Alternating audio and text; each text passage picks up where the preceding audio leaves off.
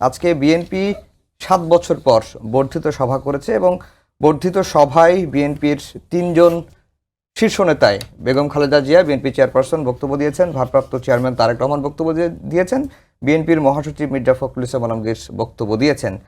তো বেগম জিয়ার যে ৬ মিনিটের ভিডিও বক্তব্য, সেখানে অনেক বিষয় এসেছে। তিনি সাবলীলভাবে বক্তব্য দিয়েছেন এবং তার বক্তব্য নিয়ে সামাজিক যোগাযোগ মাধ্যমে অনেক ইতিবাচক আলোচনা হচ্ছে। তিনি হিংসা প্রতিহিংসা পরিহার করে ভালোবাসার বাংলাদেশ গড়ার আহ্বান জানিয়েছেন। আমি যদি মোটা দাগে বেগম খালেদা জিয়ার আজকের বক্তব্য বিশ্লেষণ করতে বলি, তাহলে কি পাওয়া যায় এই বক্তব্যে? ধন্যবাদ আফজাল। বেগম খালেদা জিয়া সাবেক প্রধানমন্ত্রী, সাবেক বিরোধী নেত্রী, অনেক বছর ধরে বিএনপি চেয়ারপারসন। বিগত সরকারের একটা লম্বা সময় তিনি কারাগারে ছিলেন, অসুস্থ ছিলেন। এখন চিকিৎসার মাধ্যমে অনেকটাই সুস্থ হয়েছেন, কারামুক্ত হয়েছেন। তার বক্তৃতা আমার রিপোর্টিং লাইফে, আমি যখন বিশ্ববিদ্যালয়ের ছাত্র এবং পাশাপাশি সাংবাদিকতা করি, তখন থেকেই ওনার বক্তৃতা কাভার করার সুযোগ আমার হয়েছে। তারপরে 16 বছর টানা আমি রিপোর্টার ছিলাম। বিভিন্ন উপলক্ষে তার বক্তৃতা কাভার করেছি, সেটি ঘরোয়া অনুষ্ঠান হোক, সমাবেশে হোক, অথবা জাতীয় সংসদে হোক, প্রধানমন্ত্রী হিসেবে, বিরোধী নেত্রী হিসেবে, বিএনপি চেয়ারপারসন হিসেবে। মোটা দাগে বললে বেগম খালেদা জিয়ার বক্তব্য অন্য অনেক নেতানেত্রীদের চেয়ে বেশ শালীন, ভদ্রচিত, পারতপক্ষে আমার মনে পড়ে না তিনি কখনো তার কোনো রাজনৈতিক প্রতিপক্ষকে তুচ্ছতাচ্ছিল্য করে বা অপমান করে বা বাজে শব্দ ব্যবহার করে কোনো বক্তব্য দিয়েছেন।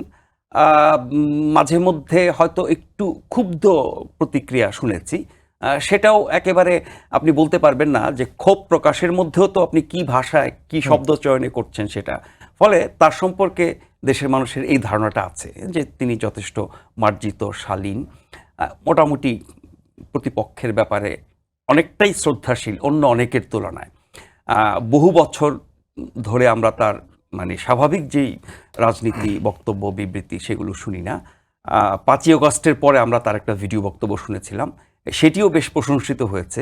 তিনি যা কিছু বলেছিলেন, তিনি এবং তার দল, তিনি, তার ছেলে এবং তার দলের অসংখ্য নেতাকর্মী যারা 16 বছর টানা নানান রকমের নিপীড়ন নির্যাতনের মধ্য দিয়ে গেছে, সেই সরকারের পতনের পরে তার বক্তব্যে কোনো রকমের বিদ্বেষ, আক্রোশ, ক্ষোভ, হিংসা এগুলো ছিল না এবং যথেষ্ট ইতিবাচক ছিল। তারই ধারাবাহিকতায় আজকের মনে পড়ে আশরাফ ভাই, যে মতিউর রহমান চৌধুরী সিনিয়র সাংবাদিক, তিনি তার একটি লেখায় লিখেছিলেন যে তাকে জিজ্ঞাসা করা হয়েছিল যে শেখ হাসিনা তার উপর এত নির্যাতন করলেন, কারাগারে রাখলেন, নির্জন কারাগারে রাখলেন, তার প্রতি আপনার কোনো ক্ষোভ আছে কিনা? তখন বেগম জিয়া বলেছিলেন যে তিনি সব বিচার আল্লাহর কাছেই দেন। এগুলোই মানুষ পছন্দ করে। একজন জাতীয় নেতা, রাজনৈতিক নেতা, তার কাজকে যেমন মানুষ মূল্যায়ন করে, তার কথাকে আরও বেশি মূল্যায়ন করে। কাজের মূল্যায়ন অনেক জটিল, কঠিন, দীর্ঘ সময় ধরে তার কাজ দেখতে হয়, তার সূক্ষ্ম বিবেচনা বিশ্লেষণ করতে হয়। কথা সাথে সাথে মানুষ তার প্রতিক্রিয়া দেয়।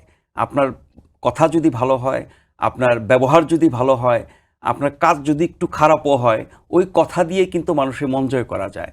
এখন ধরেন রাজনীতিতে জনসমর্থন, দলের সমর্থনের কথা বলছি না, দলের লোক তো সমর্থন করবেই, দলের বাইরে যারা গোটা জনগোষ্ঠী ধরে যদি বলি, বা নির্বাচনে ভোট দেওয়ার ব্যাপার যদি বলি, সেই ক্ষেত্রে কিন্তু মানুষের বক্তব্য অনেক বেশি গুরুত্বপূর্ণ।